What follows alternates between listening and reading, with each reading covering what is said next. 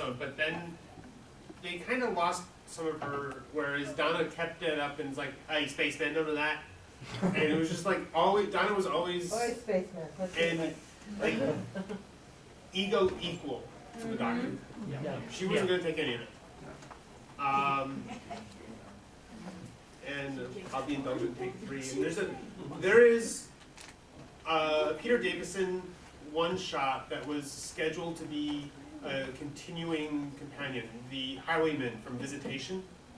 Really? And unfortunately, I like, for the longest time, it's like, oh, I wanted to see more of him. Because I thought he was a very loud, boisterous, theatrical type and would have been a very good contrast to Peter Davidson's humble doctor. I will tell you right now, is my favorite doctor. And I like, for the longest time, lamented that we never saw more of him. And then I found out years later from another fan that the actor passed away. And that's why we didn't see more of him, that he was actually scheduled to be a recurring character. And I thought that would have been a fantastic series of adventures. Because, I mean, you know, most people that come into the TARDIS generally are going to stick around for a while. Except for Adam. Because they're awesome. I want to see a show of hands of what doctors people started with. So we'll start with Hartnell. Did anyone here start with Hartnell? Excellent. Troughton? Pertwee? Tom Baker? Peter Davidson? Colin Baker? No, we're going to Lisa Willing to admit it. Sylvester McCoy? He was awesome. Yeah, I'm a big fan of Sylvester McCoy as well.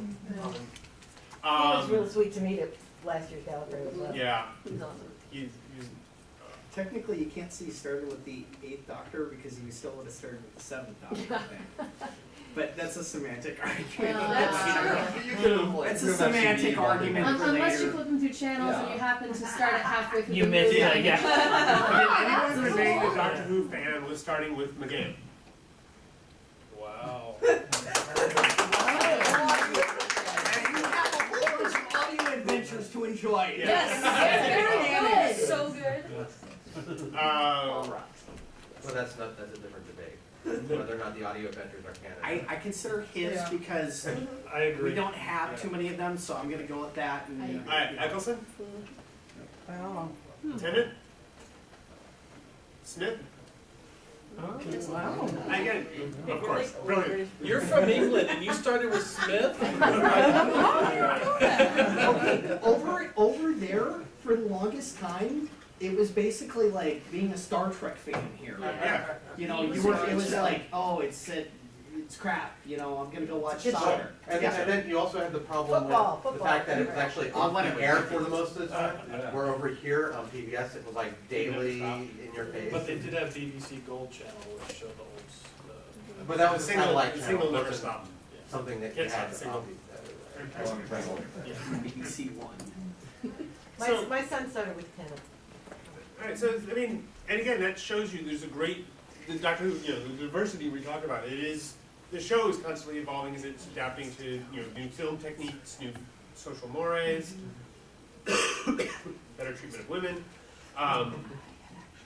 Stop using duct tape. Well, Well, they finally have a bigger budget. Yeah. They finally have a budget. Yeah, hopefully we'll never see the Merca again. Well, if we do, it'll actually look good. Yeah. It won't be a pantomime first. The Pantomime Horse. You've been good with the pantomime horrors and your peg dolls and stuff recently, so. That's the minimum intro. So, how about villains? Daleks, it's sort of Daleks and the Master, because I always like the Master is like his, when you got Pertwee, he was the James Bond version, Oh, as definitely. he's called, because he loves the gadgets and all that stuff. But Patty. it's he's the Doctor's equal, sometimes not his better, to be honest. And the Daleks are they're like cockroaches. The single best depiction of was the Eccleston episode of Dalek, because it was like I felt bad for him, and then they came back. Yeah. I mean, it was like they're just they're just pure hate and evil, and that you can't reason with them. You can't. I mean, you try, but it just I mean, and we're seeing the Doctor struggle with that with Dalek and with the Dogs of Manhattan and Evolution of the Daleks, where he's trying to reason with them, and it doesn't work. And he's like Genesis of the Daleks. I would start with that as a good episode. That's a good episode to start. Where he's literally like, he's working, and he's trying to destroy the Daleks, and he's got the 2 wires, and he's just go, should I or shouldn't I? Do I have this right? Can I play God? And it's just like, I mean, So if he had, there would have been no time left. yeah. So we also wouldn't have the Daleks later on. So, Yeah. but I mean, it's just they're iconic. I mean, I mean, there was a exhibit at the EMP in Seattle. It's an Experience Music Project. They have the sci-fi museum there, and they had icons of sci-fi, and they had one of the old school Imperial Daleks, which was made of wood, amazingly. They're from Remembrance of the Yeah, Daleks. Remembrance of the Daleks. So it's a Daleks Civil War. Sylvester McCoy episode, and it's like you see it's iconic. It's right there. It's like the TARDIS is iconic. The I don't know if anybody caught the joke. What was the first episode of this recent season? What was the name of it with the Wi-Fi? Bells of St. John. John. Bells of St. John. Thank you. Bells of St. John. They made a joke about Earl's Court where they were like trying to find the TARDIS. If you've ever been to Earl's Court, which is a tube station location in London, there is a police box with a security camera on top of it just randomly on the street. And that's what they were saying. It's like, oh, well, we thought it was, and it's just been there. And I made a side trip during my honeymoon by myself. It's surprising you know your wife. Yeah, I know. Well, she was staying back because we had just gotten back and we just done Abbey Road actually Alright. that same day. So like I went there and I got photos and I got my photo with it with Deadpool of all things. So random. But, There's a Google Maps Easter egg. yes, Yeah. yeah. That Yeah. was brilliant. So just nice little tidbit for everybody out there. But Standing you think it's joke, a but blue the- police box? It's an actual. Yeah, it's- oh, hold on. It's An no homage to Doctor Who, among other things. but anyways, it's just they're so iconic. Metropolitan Police. Yeah, I mean the Daleks are so iconic. It was like that's what saved the show to begin with, because Unearthly Child's it's an okay story arc. It's really not that great. I mean, it's kind of boring. Well, let's put it this way. Oh, you people, blah blah blah. Let me kidnap you. That's not really what you want your lead character. And he still lies. Number one rule, the Doctor lies. About the mercury fluid link. Oh, it's not working. We need to go into the thing. And then he had that like closing iconic shot of the first episode of the Daleks story arc where it's like it's coming and you see the Barbara. You see Barbara. I just did acting it for it. Yeah, thank you. Yes. So yeah, it's like the eye stalks coming at her, and that's like at that point in time they weren't even sure the show was going to continue going. So Right. the Daleks saved it. I mean, so Yeah, but the Doctor was also younger. He's more childish back then. in his yeah, first that's generation. true. That's true.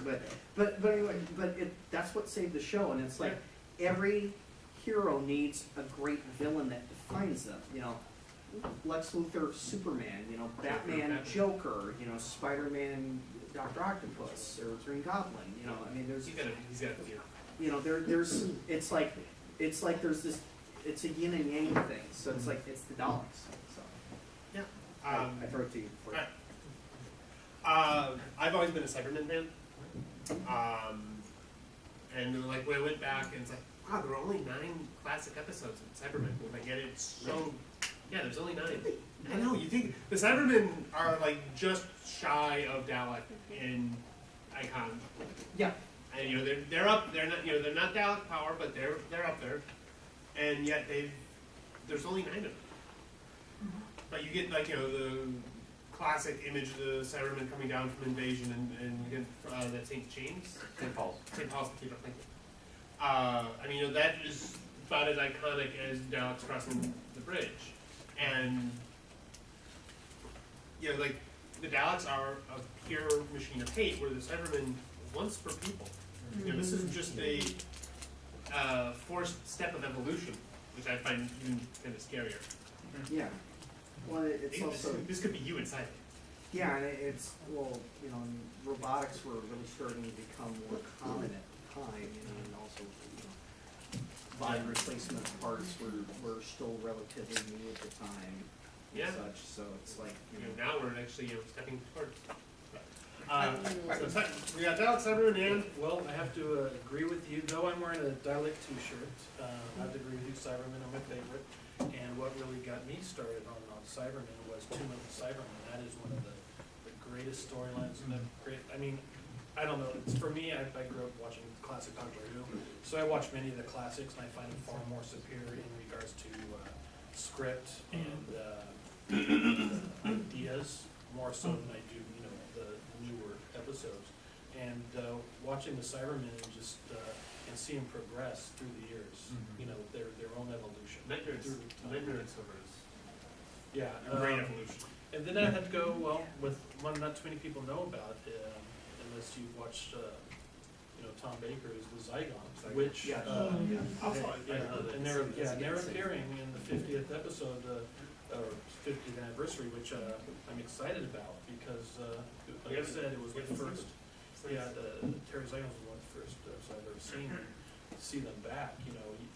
When you watch Terry Zygons, they're such a powerful force, and you're wondering, oh, where have they been all these years? You know, so- yeah, and I think there's also sort of like, you know, there's that metaphor about like, you know, we've met the enemy and they are us, or, you know, we're, you know, there's a Twilight episode about the monsters on Maple Lane where it's humans, you know, I mean, we are our own worst enemies, we are our own worst monsters.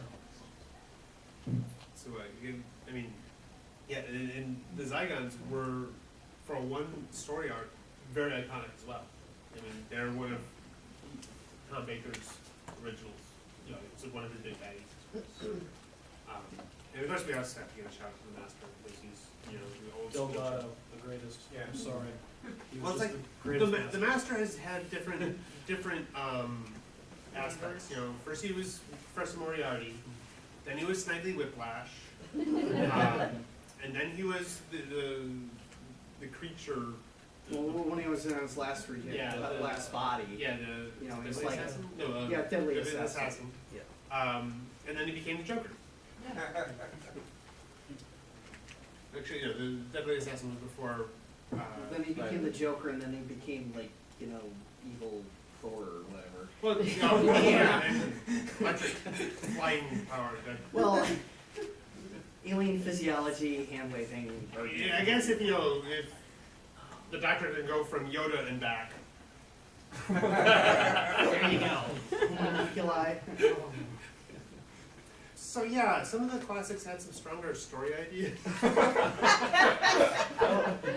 Well, I think it's difference in format, whereas, you know, you had a story that was told in 4 or 6 parts when they finally And they were going for a cliffhanger. It was always like you had a short run of beat to a cliffhanger, and then a short run of beat to a cliffhanger, and then.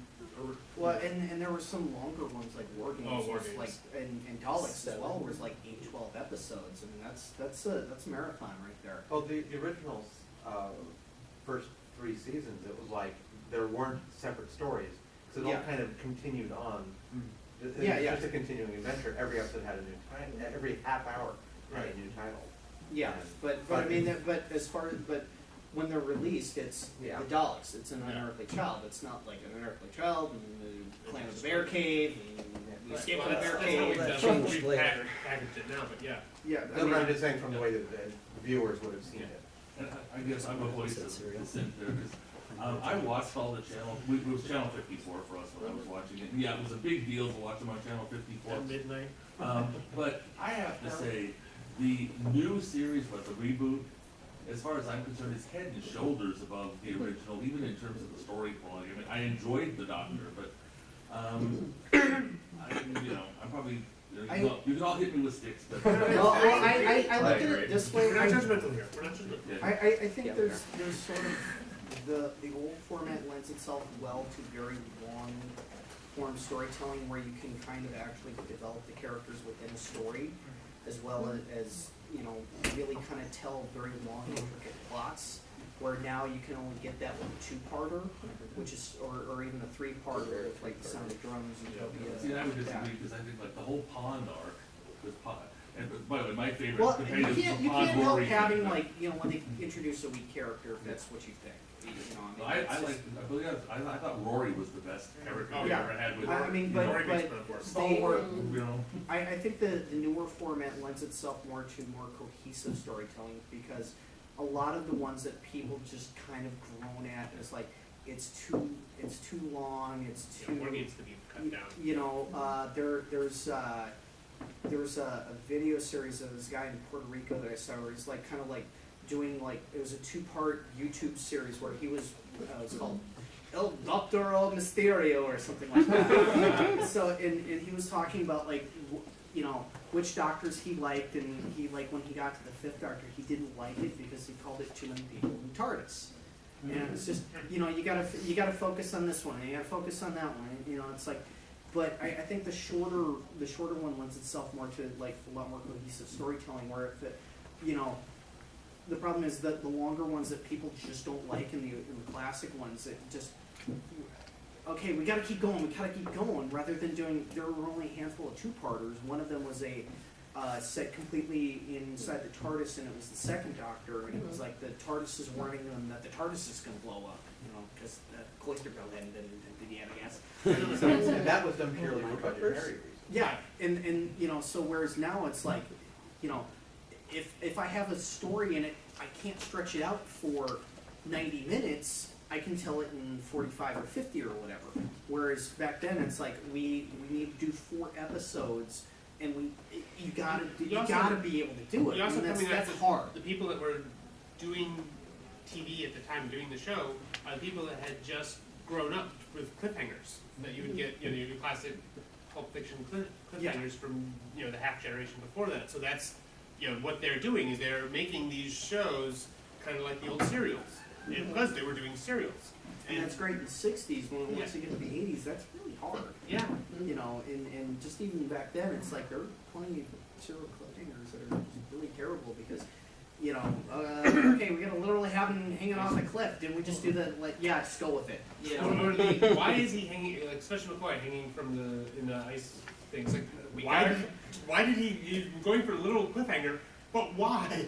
Yeah. and again, I'm not trying, you know, as you said, not being judgmental, I'm not trying to say they were bad. Obviously, this is one of those Yeah. wonderful choices of you got good and better, but, I mean, if I didn't like it, I wouldn't have been sticking around to find out what the new doctor did. Well, but- let's put it this, I mean, it's with anything. When you have that many number of episodes, whether it be we're gonna do 4 story arcs with 4 to 6 episodes apart, or we're gonna do 13 episodes, you know, Love and Monsters, anyone? Who actually likes that episode? I did, just because it was kind of, you know, it was kind of goofy and silly, and it was just, I was marathoning it at the time, rather than getting them, you know, one per week, so it's like, okay, you know, I'll just get through it, you know? I like it because it kind of has that trail of the Doctor, what's left in his Yeah, wake. it was, I liked it for the concept, but a lot of people just, because it's like, you know, it was a monster created by a kid. Well, literally it was. Lunar competition. But I mean, to your statement, I mean, it could be just me because I'm very simplistic.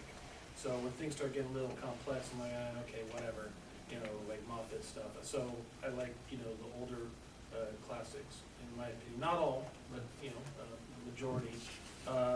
You know, like I said, it could be just me being thick or not paying attention, because when I'm watching it, it's like watching a popcorn movie for me. It's just for pure enjoyment and to escapism.